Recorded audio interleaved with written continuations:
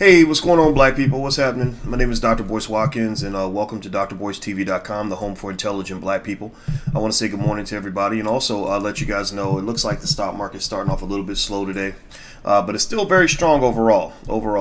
Those of you who've been investing are making good money, and I congratulate you.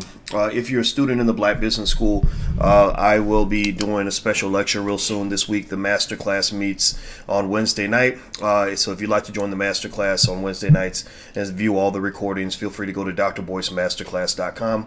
That's drboycemasterclass.com. Good morning, everybody. Hey, Corn, how are you? Hey, good morning. Is that Mocha Fabulous? What a great name. That is a fabulous name.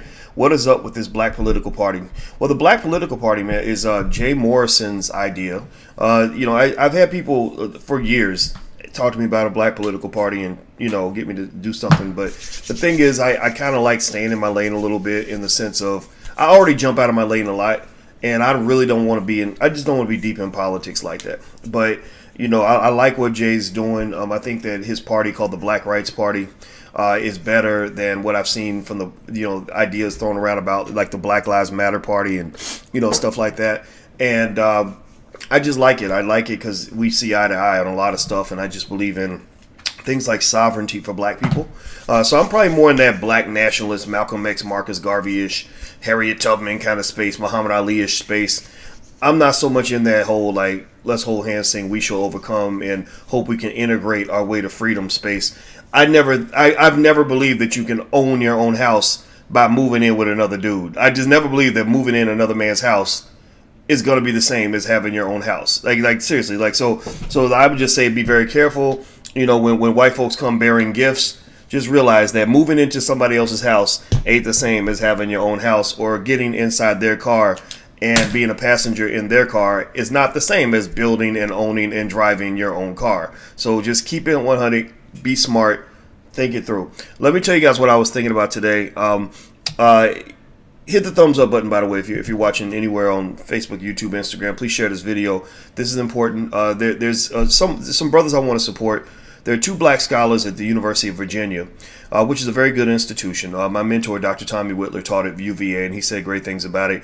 I had another friend named Melinda Hightower who went to UVA Law School. She actually became the national president of the Black Law Student Association. And I was like, damn, I knew you were smart, but shit, that's amazing. And anyway, UVA is a great school, and these brothers were doing their thing and going through a tenure battle. And tenure, if for those who don't know, tenure is like when the university basically decides they want to make a commitment to you. Tenure is, you come in, you're maybe what they call tenure track. That's like dating somebody before you decide if you want to propose or marry them. So your tenure track, and then you apply and you fill in all this paperwork, and they decide if they want to promote you. They decide if they think that your work is worthy enough for them to make a long-term commitment to you. They decide if they value you, which automatically you know where that's going to go, right? You know where that's going to go because they've never valued us. They've never valued black people. And why do I know the tenure process really well? Well, most of you who've been following me for a while know that I spent a lot of years teaching at Syracuse University, and I had a really messy tenure battle that became very public because I just said, look, I looked at your track record. You're very racist. You haven't tenured a black person in my department in 100 years, literally 100 years. Why in the hell do you think that I'm going to leverage all my time in my career trying to please somebody who's proven themselves to be unpleasable? Why do you think that I'm going to spend my time trying to prove to somebody that I'm qualified to do my job when you've proven beyond any reasonable doubt that you're not qualified to evaluate me? And I told that I went to talk to actually my dean, who happened to be a black man. A lot of times they'll put black people in strategic positions to hide their racism. And I just told him, I said, you know what? I said, I'm not doing this. I said, you white folks, y'all playing this game. And I was talking about him too. I said, I think you get me more than other people because you happen to be black. But the fact that they like you so much makes me not really trust you, right? And so I said, why the hell you think I'm gonna let these white folks, these entire committees full of white people, decide if I'm worthy or if I'm not?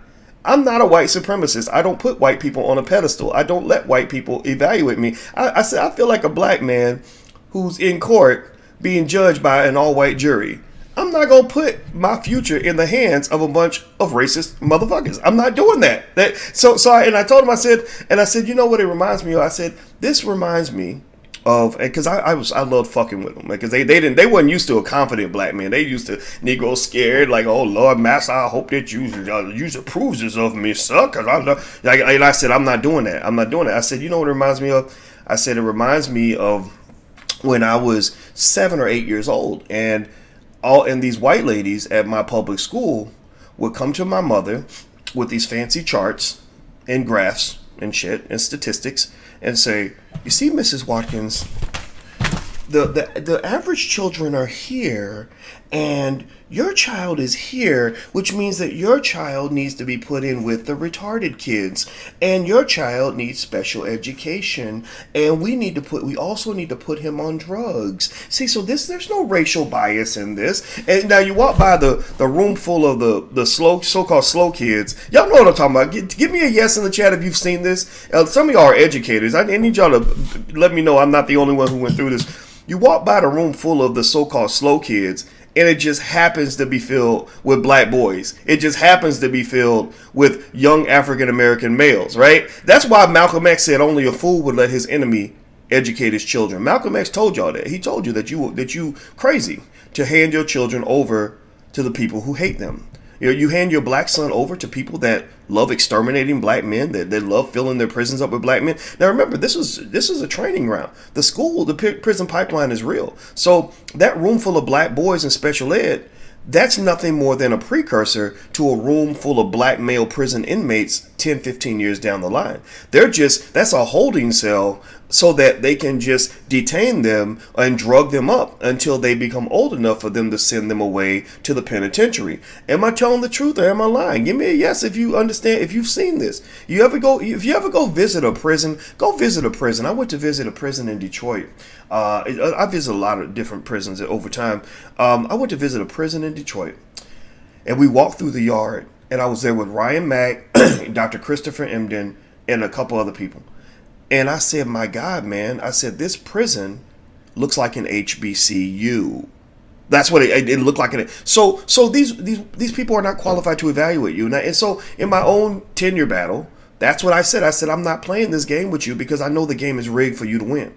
I know that I'm a great scholar. I know that I'm good at what I do. How do I know? Well, because all the black students are coming to my office because they want to learn from me. How do I know that I'm great? Well, because I've done things that these white folks can't even dream of. I've been on CNN 50, 60 times at the time, whatever. I said, how do I know that I'm a great scholar? Well, because my work is having what they call scholarly impact. I'm doing work that is changing people's lives, and I'm not going to let some mediocre white motherfucker tell me that that's not true. Like, seriously, that's what I'm laying this out here for you guys to help you understand that sometimes, it doesn't, don't get me wrong. You got to work hard. You got to put in the time. Some people use racism as an excuse to be lazy. Some people use racism as an excuse to be inferior. Some people use racism as an excuse for the things they know they need to work on and get better at, right? And none of us are perfect. But at the end of the day, I said, I'm not going to let you do to me now at the age of 34, 35, whatever, 36, whatever age I was. I'm not going to let you do to me at the age of 35 what they tried to do to me when I was 8.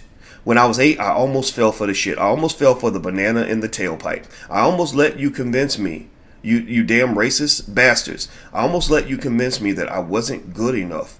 And luckily, I found myself, and I went on to become the only black man on the planet to get a PhD in finance during the year 2002. In the year 2002, tell me if I'm wrong. I've looked it up. I have not found one other African-American male anywhere on the planet or female to get a PhD in finance in the year 2002. It doesn't mean I'm better than anybody, but I definitely wasn't the kid who should have been on the little bus. Maybe your dumb ass should have been on the little bus for not being able to identify black talent. Maybe black talent just comes in a form that you can't comprehend with your tiny little Neanderthal brain, and it doesn't allow you to identify that a lot of these black boys that you're classifying as, needing special ed, needing to be on drugs, screwed up or dysfunctional in some way, you're diagnosing them with this fancy, these fucking 5-syllable words you learned when you went to Yale. Maybe these black boys have a type of talent that is just beyond your comprehension. Right?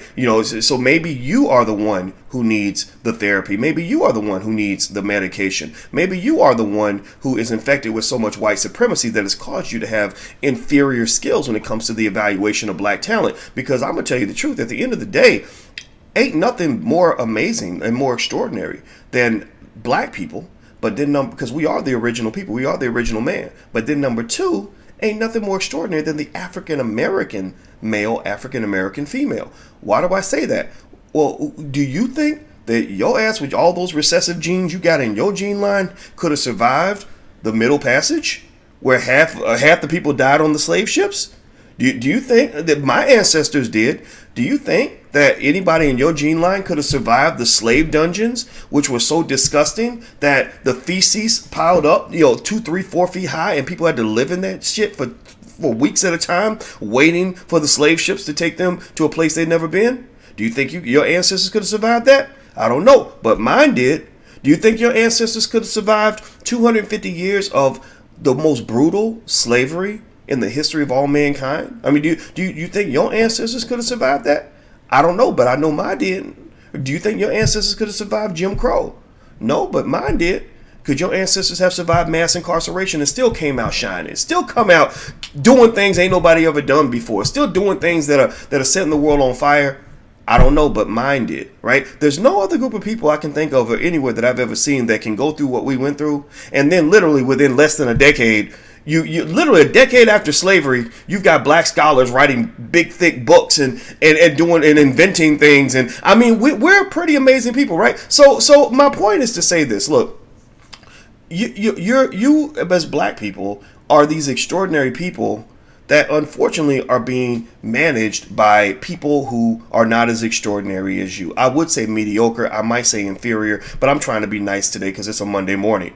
But seriously, it's like going to a job. You ever been in a job where you're better at your job than your manager? You ever been in a job where you're smarter than the person that you work for, and you got to take orders from a dumbass? Like that's what I think the position that black people are in, is that a lot of you are in positions where you're taking orders from a dumbass. You're putting leverage and weight into these evaluations from people who are just simply not qualified to evaluate you. So I just broke it down logically to my boss at the time. I said, Syracuse University has never in 100 years given a promotion to a black man or black woman in the field of finance. So that clearly shows that they're racist. I said the Ku Klux Klan could not have a worse promotion and hiring record than Syracuse University. So why in the hell do you think that on any planet, I as a scholar, I'm pretty smart, I'm pretty good at analysis, why do you think on any level that I would think that they are even qualified to even evaluate the quality of what I'm doing? I said, no, I'm not playing this game with you. I'm just not. I might sue you. The only reason I didn't sue him was because I just didn't really want to waste my life suing inferior people. I felt that God gave me a bigger mission. I'm gonna be honest with you. Maybe it sounds cocky, but I really felt, I said, I want to go out here and I want to conquer the world. I want to go out here and I want to do things that are amazing. I want to change my community. I want to see if I can, have an impact on that Marcus Garvey level. I want to have an impact on that Malcolm X level. I want to really get out here and really do some damn things. And I don't think you can win big battles when you spend all your time and energy fighting little battles. So I said, rather than fighting this little university up in the north that still has to confront its racism, and if you don't believe me, just go Google it. Go Google Syracuse University and racism. Every couple of years, they have all these racist incidents, and they're so stupid that they're like, we don't know how this happened. We don't know whether. Well, I was telling you, you stupid ass. I was the canary in the mine trying to help you, but because the racism comes with ignorance and arrogance at the same time, you never listen, and that's why the same incidents happen every year or two, right? So rather than fighting this dumb little battle with these dumb little idiots, I decided, I'm gonna go fight a bigger battle. I'm gonna go do other things. If I'm truly as good at what I think I am as I think I am, then I should be able to go out here and be successful somewhere else. And it worked. I mean, I did fine. Like, I made 10 times more money than I ever would have made as a professor. I've been able to go all around the world and impact the world in amazing ways. And so, so you will survive. Now here's the thing though. Here's the thing. The reason I'm talking about this case in Virginia, and this is what I brought up, I brought this up at the beginning of the live stream, and I want to make sure I address these brother situations, is because, we have black folks that are still in these institutions. I think I'm not necessarily a fan of that strategy. I think at the very least, every black person, including scholars, lawyers, all you professional Negroes out here, how many of y'all are professional uppity Negroes like me, got all the, letters behind your name, PhD, JD, MD, BA, BS, and all this other shit behind your name that lets you think you're better than other people? you have to really rethink your reality. You have to rethink your reality, because one of the things I saw with scholars in particular, and I see this a lot in other professions, is that the professional Negro is in many cases least qualified to survive on his own than almost anybody else. And a lot of that is because you're wired into the system. You're wired into a white supremacist system that doesn't value you. And if they chop you off, if they blackball you, if they cut you off, you don't know what to do. You know, you're stuck because you've never learned how to make money without the assistance of a white man. When I'm talking about them, I'm talking about myself. That was my realization. Was I said, man, it's crazy that I can't imagine, a way to make money without a white man giving me a paycheck. I said, my God, I am such a white supremacist right now, in that I really truly believe that their acceptance, their approval, they're sort of allowing me in and taking care of me is my only method for survival. And so somebody made an interesting quote on Twitter that I think is really powerful. I think you should pay attention. She said, in 1865, black people owned 10 times more land than they own right now. But she said, but we got degrees though. Right? So you got these little certifications given to you by white people, and it makes you feel better, it makes you feel more secure. But the question is, are you really secure?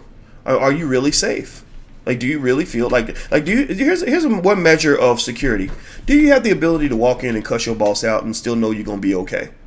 If the answer is no, then that means you probably have a couple of things to learn. Doesn't mean that your degrees aren't, it doesn't mean your degree's worthless. Doesn't mean you didn't accomplish anything. Doesn't mean that you're not a special Negro and all these other things that you wanted to do. It just means that maybe you were given the wrong benchmarks of success. Maybe you were taught to play the wrong game. Maybe you were, as I explained to my cousin who borrowed money from me for the third or fourth time in a row, I said, man, I think you got the wrong hustle. I said, the reason you're struggling consistently is because you hustling at all the wrong stuff.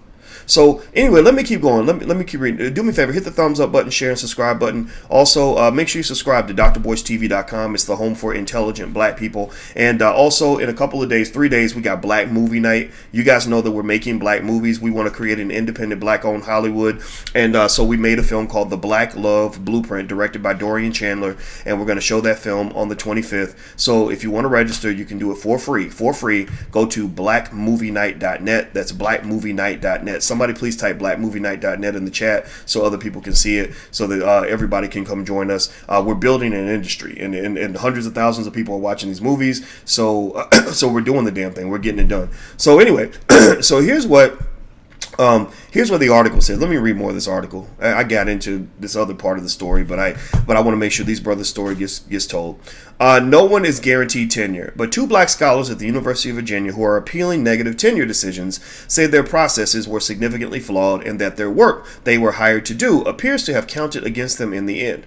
Beyond flawed processes, the accounts raise questions about possible racial bias on the part of all white tenure committees and other key evaluators. So you got these all white committees evaluating black people. That you're fucking up right there. Like, that doesn't even make any sense. Would white people be comfortable in situations where it was all black people evaluating them? Would white people be? Give me a yes or no. Would white people be comfortable in situations where all white police departments were controlling their communities? Give me a yes or no. Would white people feel comfortable if every job they applied for, pretty much had a black person that was deciding their economic future? Would white people be comfortable with sending their children to schools where they're going to be managed and controlled by black people all the time? Seriously, I mean, you got to flip the script and kind of think this through, and just kind of, I point that out. It's very basic, but I point it out so you can really understand the sheer insanity of the system that you committed yourself to. You committed yourself to insanity, but you think it's normal because that's what you grew up with. You're no different from the dysfunctional child who grew up with a sick, alcoholic, drug addicted parent, and you think that that's normal. You think it's normal for your mama to not pick you up from school because she was at home smoking crack, right? You think it's normal for your father to molest you while you're sleeping, right? You think that all this is normal, so you're really kind of crazy. We are all. Racism makes you crazy, because we know it makes white folks crazy. It definitely makes black people crazy too, like the coronavirus. Anyway, so in this way, the cases echo the recent Blacken the Ivory Twitter campaign, in which black academics recalled having their work questioned and their contributions undercut more than their white colleagues. So what they're referring to, and this is a good hashtag, Blacken the Ivory, is they're referring to a lot of what they call microaggressions. Microaggressions are just all these different ways that white people are mean to you and they don't even realize it, and it's because they're biased. Now, I have a different perspective on microaggressions in the sense that I kind of believe that you have to be thoughtful about the fact that you're trying to go into somebody else's house and change the rules. I don't know how they're going to do it, but I will just tell you that if you come in my house, you're not changing any rules in my house.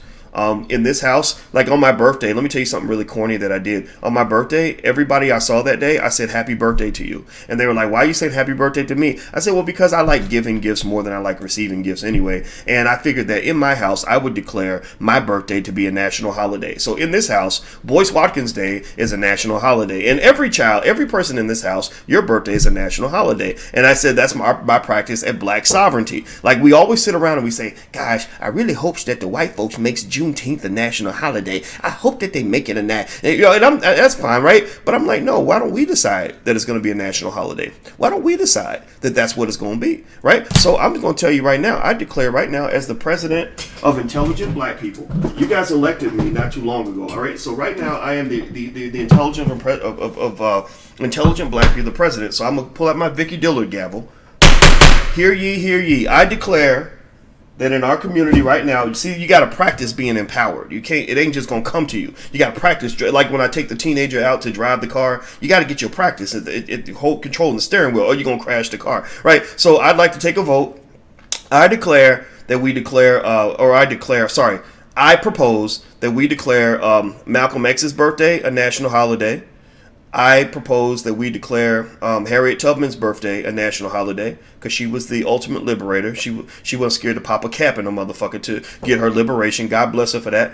I propose that we declare Malcolm X's birthday national holidays. Oh, and then we could throw in Juneteenth for good measure. And, maybe 5. Dr. Claude Anderson, who wrote Powernomics, one of the greatest books of all time. So we got 5 national holidays. We got Marcus, Harriet, Malcolm, Juneteenth, and Dr. Claude.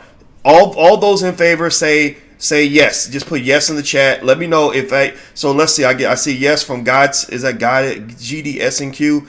It's time to stop asking for permission, says Maurice. Okay, so I take that as a yes, Maurice. Hair Butter Connect 100. All right. Nikki share. Okay. All right. So we're getting some yeses. All right. So the yeses. It looks like the yeses are overwhelming. It's a landslide. So by the power invested in me by intelligent black people around the globe, I now declare all 5 of those days to be national holidays. So I've hammered my gavel, and court is dismissed. So we got 5 new national holidays, y'all. We got to go tell the white people. We got to go inform them because they're a little bit behind sometimes. It'll be like their Juneteenth. Like Juneteenth, we found out that slavery ended like way after it actually ended. Well, we got to do that for them. Like let them know, like, hey, we're liberating you by giving you these 5 great national holidays. So it might be on the same day as one of your like favorite white people, but they're like probably racist and probably rape black women and stuff. So we're gonna help you. We're gonna take them off the roster, and we're going to replace them with these 5 holidays that we really believe are best for you, because you spent your whole life telling us what's best for us, so we're going to tell you what's best for you. Black people are running this bitch. All right, so here's the deal. So basically, the black academics have a hit Twitter hashtag where they're talking about these microaggressions that they're going through. They're talking about the realities of what it means to live in someone else's system when you don't have the ability to override or to leave that system. So the reason that a lot of professional black people are actually among the least empowered in our society is because white people have kind of dangled this magic little trinket in front of you, to tempt you enough to let go of everything that you have. You're falling for the banana in the tailpipe, similar to what your ancestors did with the civil rights movement. They're dangling this prospect of instant gratification, sort of instantly climbing to the top of the ladder, instantly having the nice office, instantly having the big salary, instantly having this validation and prestige that you're looking for, right? You're looking for them to validate you, right? That's why when they give you the labels and titles, you feel better about yourself, and it's okay. I mean, I'm married to I'm marrying a full professor in academia, right? So she got tenure. A full professor means you got tenure, and your work was so distinguished that they actually gave you another level of a promotion. But we have this weird balance, right? Like on one hand, I congratulate her as a black woman for her accomplishments because it's important to celebrate black women who achieve great things, right? We don't do that enough as men. But then also she celebrates me as the black man who was so empowered that white people ran away from me, that they got scared of me, that they actually, wanted to boot me out of their institution, and I wanted to leave. So it was kind of a mutual thing. There was no hard feelings. I wanted to go, right? And so she celebrates what I do as an influencer and an impact person on my community. She celebrates the fact that I've helped hundreds of thousands of black people learn the basics of investing and owning homes and starting businesses and things like that, right? So there's a mutual respect, right? The house Negro respects the field Negro and vice versa. And while we certainly are proud of these achievements, like I'm really proud of her for the fact that these white people promoted her, we don't put too much stock in that. We don't put too much stock in that. And also, we both have our own businesses, right? So as black professionals, one way that we all can benefit each other is we have to be able to respect each other's perspectives, right? So I think, so here's the deal. I would say that the best thing I was able to give Alicia was I said, these white folks are tripping on your job like they are on all of your jobs. A lot of y'all work with crazy white people. If you work with crazy white people, raise your hand. Maybe the pandemic was like relief for you because you got away from that for a while. And I said, these white folks are tripping. The racism is ridiculous. Some of the stuff that they did was insane. I had to go actually to her institution to defend a black male professor who was being harassed at a level that I just couldn't imagine. And I said, so you need a plan B. That's my point. My point in saying all of this that I've just said is that everybody needs a plan B, right? Because at the end of the day, you don't want your livelihood to be dependent on people who don't like you very much. So with these institutions, I can already tell you, I read through the article, and they're going through the fact that these brothers and their names. Let me find their names. I should give you their names. Let's see here. It should be okay. Here we go. Paul Harris and Tolu Odumosu. These are two guys. They look like smart brothers. I don't know them. And they're both at the University of Virginia. They're appealing their tenure decisions, and they're arguing that their work was not respected by their white colleagues. And that's 100% fundamentally true because your commitment to this white supremacist system, last time I checked, University of Virginia was not started by black people. Last time I checked, the majority of the people they hire are going to be white people. Last time I checked, the majority of the people that they promote are typically going to be white people. Black people at a lot of institutions, at a lot of universities, are allowed in. You're most likely to be allowed in as a black male if you're 6'8", 240 pounds, and can dribble a basketball. That's what makes white people find you interesting. That's what typically makes racist schools like UCLA, which has a horrific hiring record when it comes to black professors and even admission of black students. They're really terrible at that. But when it comes to the admission of black basketball and football players, it's like, hey, open sesame, doors wide open. And why is that? Well, because that's where the money's at, right? That's where they're allowed to do what white people have done for 450 years, which is to see, economic value in the relationship with black people. I mean, why do you think all these white people came from Europe over to Africa? They were like, okay, we want to be here because they got all the wealth. They have all the gold. There's gold on the shores of Ghana that on the beach you can just pick it up. So all the European nations set up forts on the Gold Coast. All of them set up shop and said, we all going to come in here and we're going to milk this motherfucker, right? So the same way that the European nations set up the different forts on the Gold Coast to collect as much gold as possible, you then go to the hood, and wherever you see black basketball players, you'll see the same European nations in the form of Nike, in the form of Adidas, in the form of all these other athletic companies, in the form of Duke University, all setting up shop. Because they're all saying there's gold in them their hills. There's gold in them their hoods. There's gold in these black males. When I met, even companies like whether it's the Jordan brand or whatever, they see gold with the black male and they're able to go and extract that gold. So that's what leads them to want to be connected to you. So black scholars have that disadvantage in the fact that you don't fit an adequate stereotype that makes them say, I see value here. So when you come in and you say, no, actually, I'm not a basketball player. I'm an intellectual like you. They're like, oh, yeah, right. Okay, sure. Right. And then they say, okay, well, show me the fact. Show me that you're an intellectual. And you say, well, I want to do research on African-American males and why African-American black boys are constantly put in special education by these white teachers.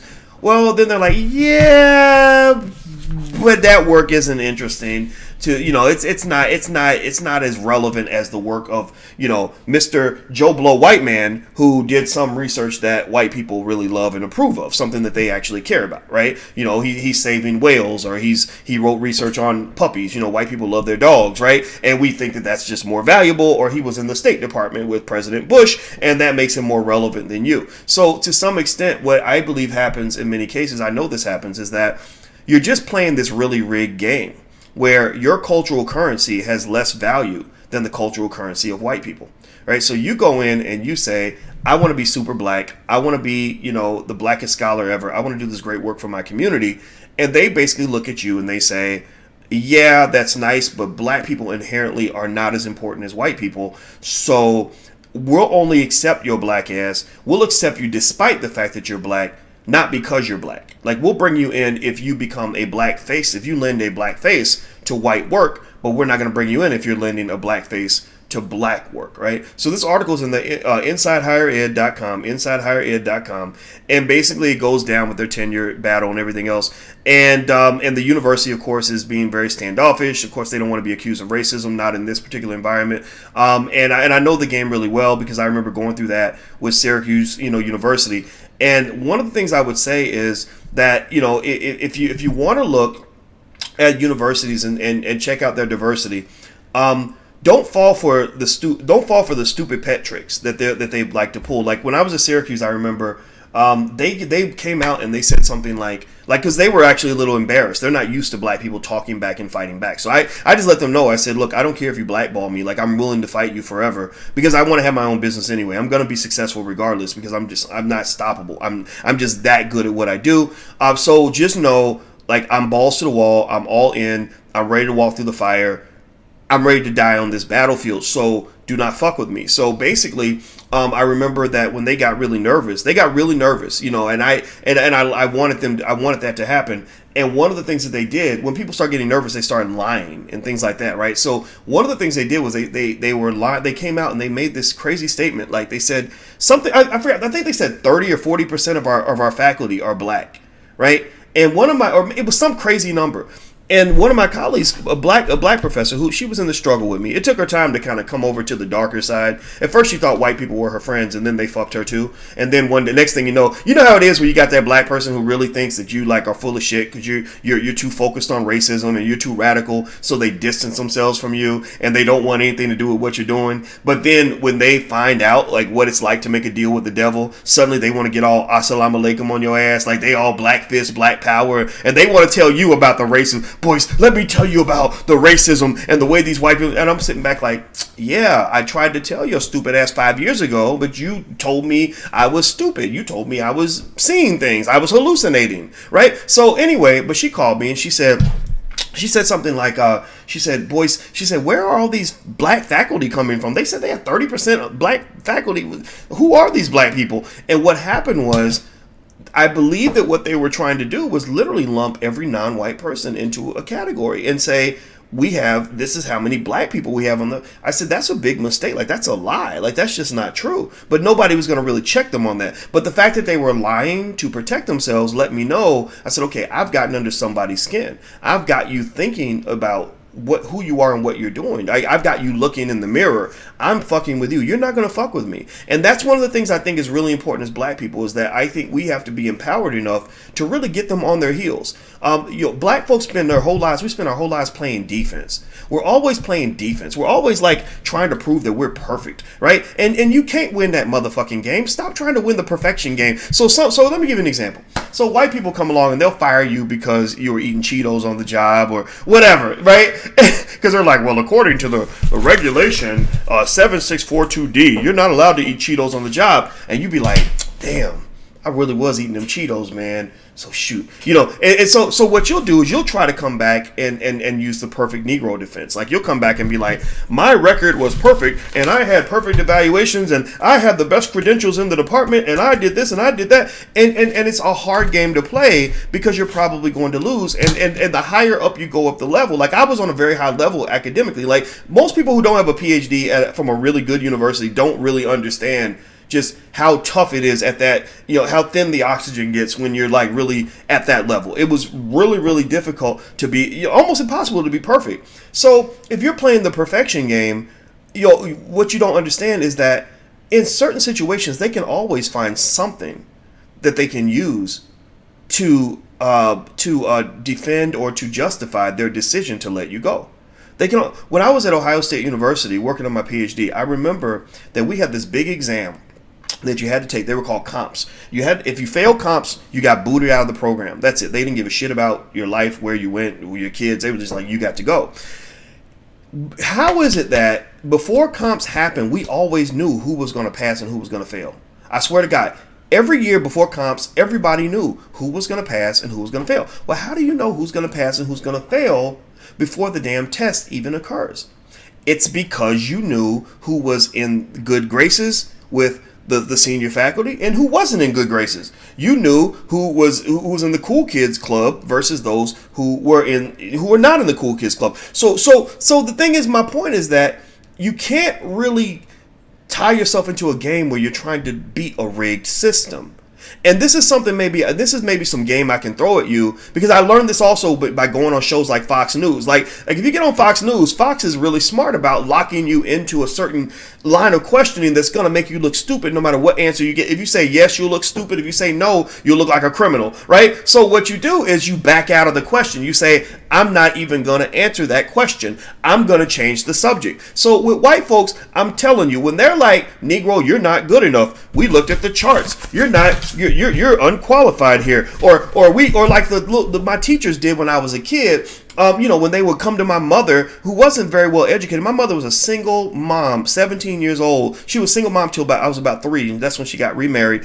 And so this young, my mother literally is like 23 years old coming into my elementary school trying to deal with these white women with master's degrees, and they're giving her charts and tables and graphs to prove that her son has all these issues, and without acknowledging their inherent racial bias and their extreme inability to identify black male talent in the first place, right? And you know what my mama did that I thought was brilliant? My mom was like, I'm not going to play that game with you.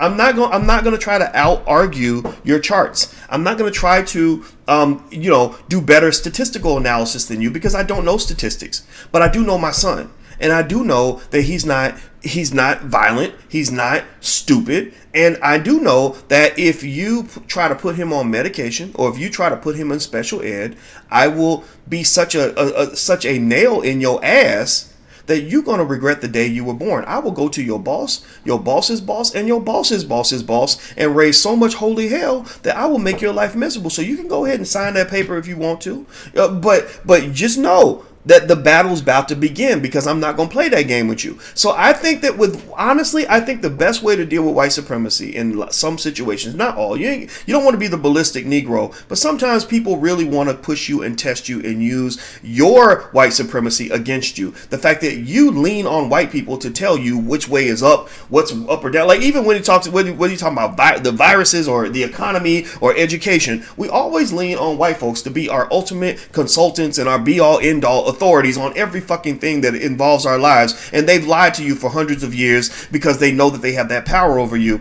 And I just will say to you that the most empowered response I ever got to with them was to say, rather than talk about my inefficiencies and my imperfections, which I know that they're there. My God, if anybody's flawed on this planet, it's definitely me. You guys have seen my flaws out loud.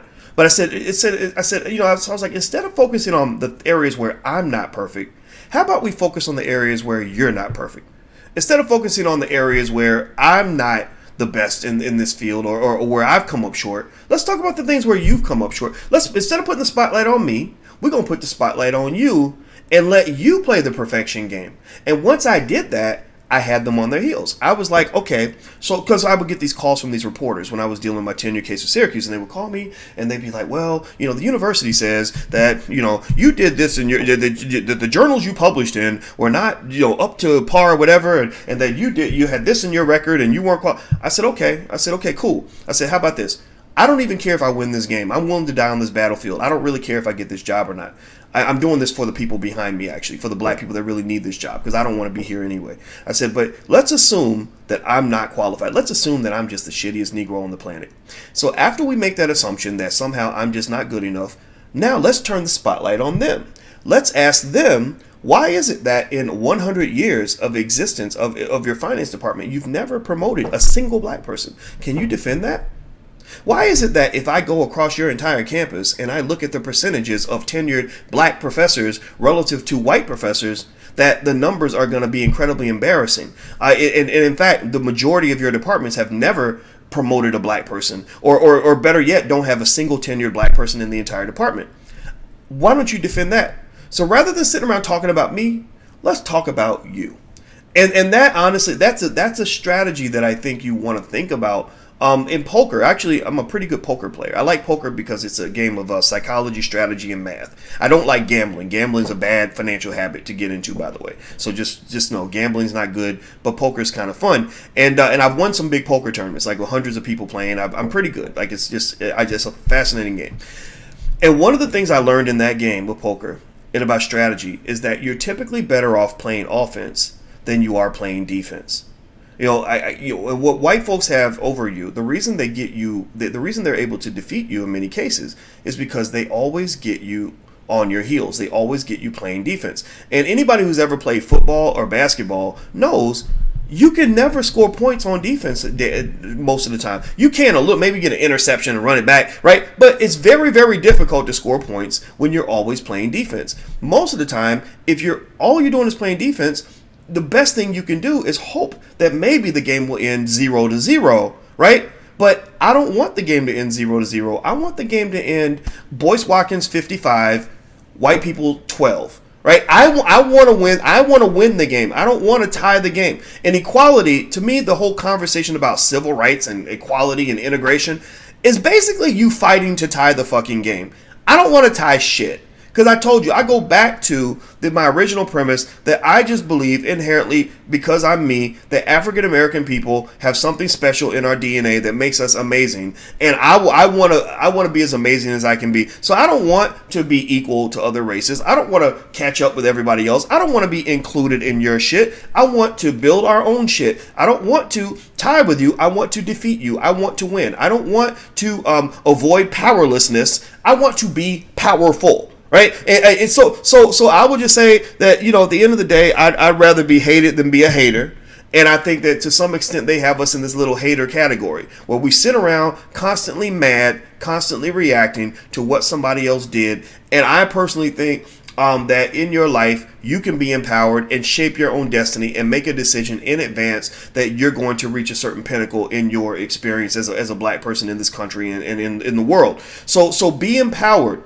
Play offense. Stop playing defense all the time. So with these scholars, here, look, these brothers, I don't know if they're qualified or not. For all I know, their work could be dog shit. I doubt it, because they're at the University of Virginia. That's a great school, right? You don't get, it's hard to even get into the school, let alone get on the faculty. And what I would probably do is ask them something like this. I'd say, okay, I'm willing to accept your tenure decision on one condition.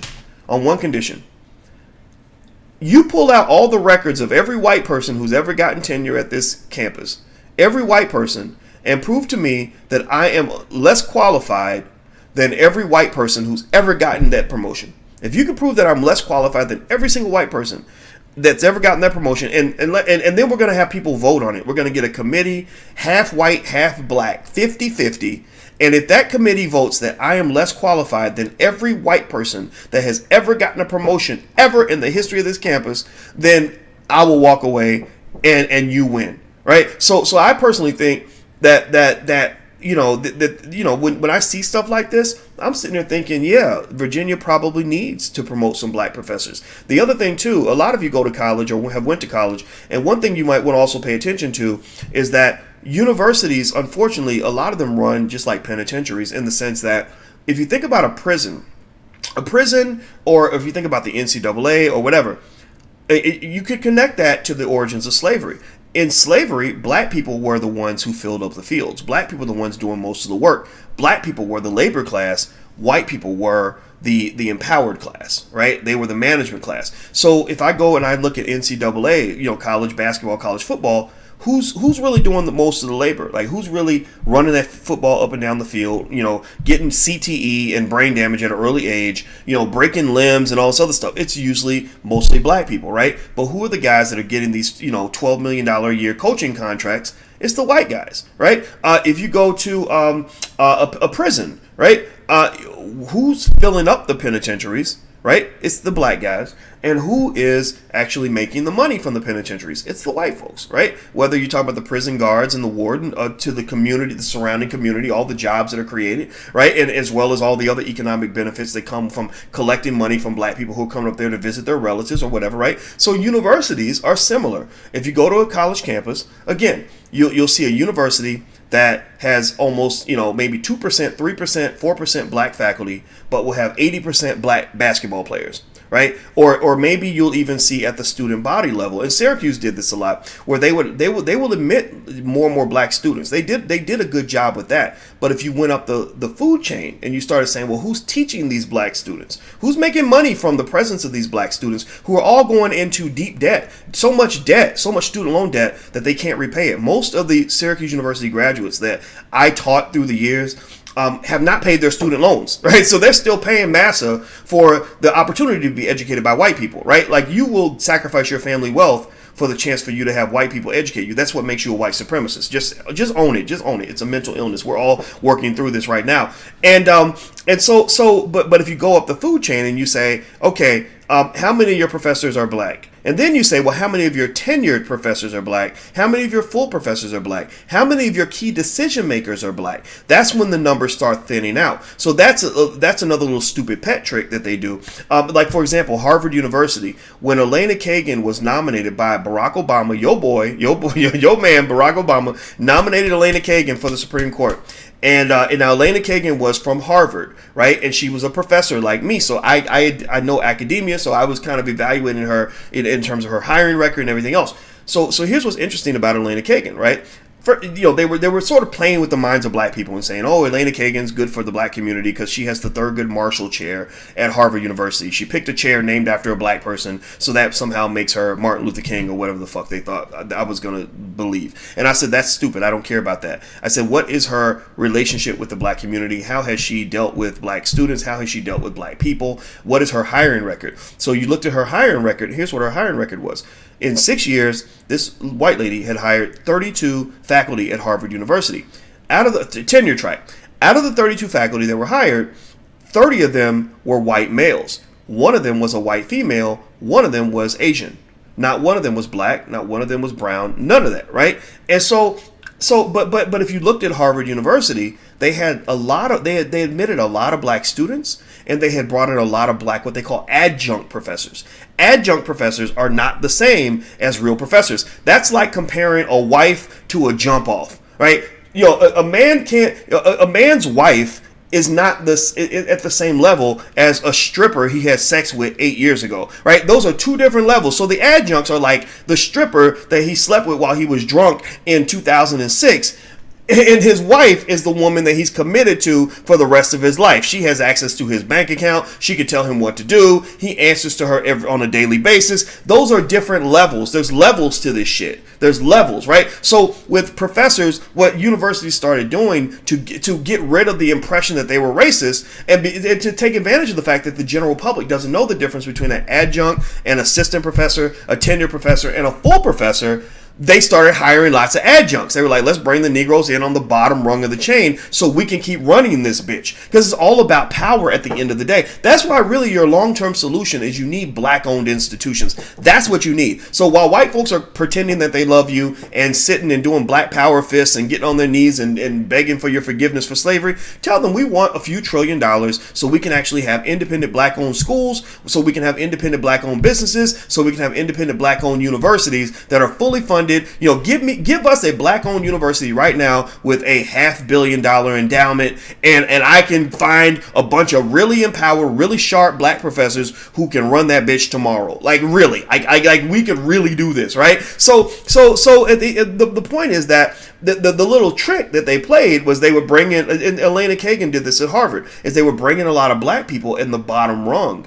Adjuncts have no power. Adjuncts don't matter. Adjuncts, I'm saying they don't matter. They're very smart people, but But, when we would have faculty meetings, our goal, honestly, in the faculty meeting was people were like, okay, let's find all the shit that we don't want to do, and we're going to let the adjunct do it so we can go over here and focus on being scholars, because there was a clear hierarchy to this, right? So ultimately, the reason I spent time talking about these brothers' situation, I spent time talking about a lot of other stuff, because it's about you. It's not really about me. It's not about them. It's really about you in terms of us understanding sort of the world that we're living in.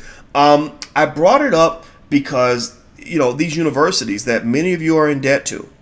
In fact, how many of you, raise your hand, give me a yes if you are right now still paying student loans. Don't be shy, don't be scared. Everybody's paying them. Give me a yes. Black people are in such horrible shape when it comes to student loan debt. You bougie Negroes, you black professionals with all the letters behind your name, like me, all of us, the student loan debt has absolutely decimated our ability to build family wealth. So you've engaged in what Dr. Claude Anderson refers to as the doctrine of unequal exchange. You gave them all your family wealth. They gave you a fucking piece of paper. That's what they gave you. They invented a piece of paper and said, I'm gonna create this thing called a credential because you're white supremacists and because you need our validation. We're going to create a piece of paper called a college degree, and we're going to charge you $200,000 for that piece of paper, maybe $100,000 if you're lucky, and you're going to spend the rest of your life like little fucking sharecroppers repaying the debt that you owe for this artificial piece of paper. So process this for a minute, black people. Process this. You gave me $200,000 of your family wealth that you could have used to buy real estate, that you could have used to create a business that generates streams of income, that you could have used to buy shares of stock in companies. You could have done a lot of stuff with that. So you gave me $200,000. I gave you a piece of paper. Who's winning in that transaction? Who's going to walk away with the most cash in that transaction 99% of the time? It's going to be me. You gave me money. I gave you a piece of paper. We got to wake up to this. It doesn't mean you don't go to college. I'm not saying all college is a big scam and is stupid. No, I mean, that's silly. That would be a ridiculously simplistic thing to say. But I am here to tell you that it is a bit of a game, and it is based on this idea that somehow you really truly believe that being educated by white people makes you just a better human being. And so just, understand the game. Let's grow out of this. Let's process this in the right way.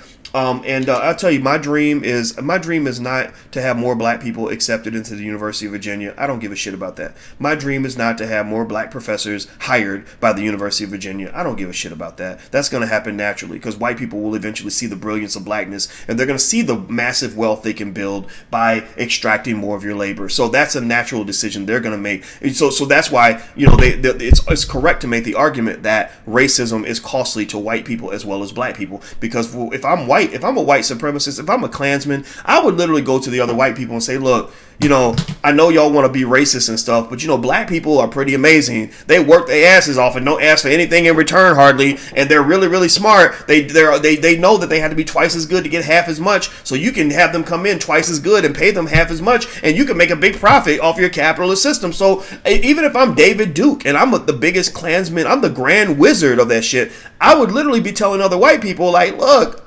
okay, be racist on the weekends, but during the week, we're going to go hire as many black people as possible because black people are a wonderful source of labor. We want to connect with black people as much as possible because black people are a wonderful source of income and revenue for our businesses, right? Let's go love the Negroes because black people will hook you the hell up because their self-esteem is so bad that they will do wonderful things for people who care nothing about them, right? They will give you their vote. They will give you their money. They will give you their labor. So be racist on the weekends. Don't be racist during the week because this is our cash cow. This is how we can get paid off these hoes. Like, so that's how they look at you. They're like, we can get paid off these hoes. So I think for black people, so my dream is not an integrationist dream.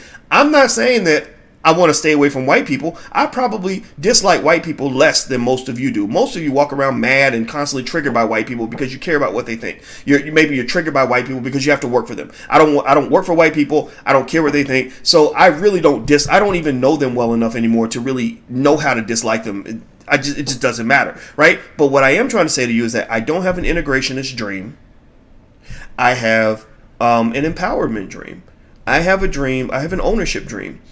I don't have a civil rights dream. I have a Malcolm X nationalist, we should own all of this shit kind of dream. I have a dream that black people one day will be able to run schools that educate our kids. Schools as great as Freedom Home Academy International, which on a shoestring budget is educating children 10 times better than the Chicago public school system. I have a dream that schools like that will have, $50 million, $100 million a year in funding to educate as many black people as possible. I have a dream that black people will create our own jobs, that black unemployment will be as much a function of black job creation as it is of white job creation. So I have a dream that we will create our own jobs in the future because we own so many businesses that we're able to control everything economically in our communities. I have a dream that black people will love black people enough that we will support those businesses and support those schools so that they can be successful. I have a dream that we police our own communities. I don't need a bunch of white cops coming into communities to shoot black people. I want black cops coming in our communities so they can love black people and protect and serve black people, right? Because in order for them to protect and serve you, they got to care about you. The reason they don't protect and serve you is because they're not here to protect you from anything. They're here to protect white people from you. So that's why they don't protect and serve you, because they don't love you. They don't value you. So those are my dreams. My dreams are not, these like kumbaya, we shall overcome, fake ass Dr. King dinner every year. Let's hire 10 more black people. I don't care about that. I have a bigger dream, and it's not a dream that's going to fit in the box or in the tiny box of small-minded people. It's not a dream that even fits in the year 2020. This is a 2120 dream. This is a year 2200 dream in the sense that we ain't even really ready as a community to even dream that big. Some of you are, a small percentage of you are, but a lot of you are still hoping that white people will decide that they like you. Like, you're giddy over the fact that white people have pretty much said, I love you. And when they should have been saying that all along, because you are special. They should have loved you from the jump. Having black people, the best of us, some of us are a little bit mentally ill, but having the best of us around to aid and support the development of this country is one of the greatest blessings that America can ever have. So the fact that they've suddenly woken up to the amazement and the brilliance of black people, that's just something that was supposed to happen naturally. At some point, I want to pursue real power. And there's no room in a world chasing equality for a dream that's focused on black power. Some people would even try to call that racist, but I don't call it racist. I call it life. You got to compete, black people. Learn how to compete. So anyway, I'm out of here, guys. I wish these brothers at University of Virginia the best. Their names are Paul Harris and Tolu Odumosu. And they're going through a tenure battle. The article's on Inside Higher Education, so InsideHigherEd.com. So if you are a scholar or interested in this stuff, you may want to read the article. Alicia pointed it out to me this morning because she's a full professor at her university, and she's so we're into the academia thing. We care, we respect that, right? But overall, this is really about you. So I want you to be powerful. I want you to be strong. Type hashtag B1 in the chat. B1 means you're black first before you're anything else. Also, B1 means that in order for us to succeed, we must find a way to be one so we can elevate. Last but not least, Black Movie Night is on the 25th. So if you'd like to come to Black Movie Night, you can register for free at blackmovienight.net. We're going to watch The Black Love Blueprint, which is a production of Boyce Watkins Films, and you can watch it for free. So register with us, and it's also just fun. We just have these great conversations. So go to blackmovienight.net. Blackmovienight.net. That's what it is. So yes, control the resources, D. I agree with you, sister. All right, guys. Thank you for listening. I appreciate it. Have a good day. I'll see you guys soon. Be good. Peace.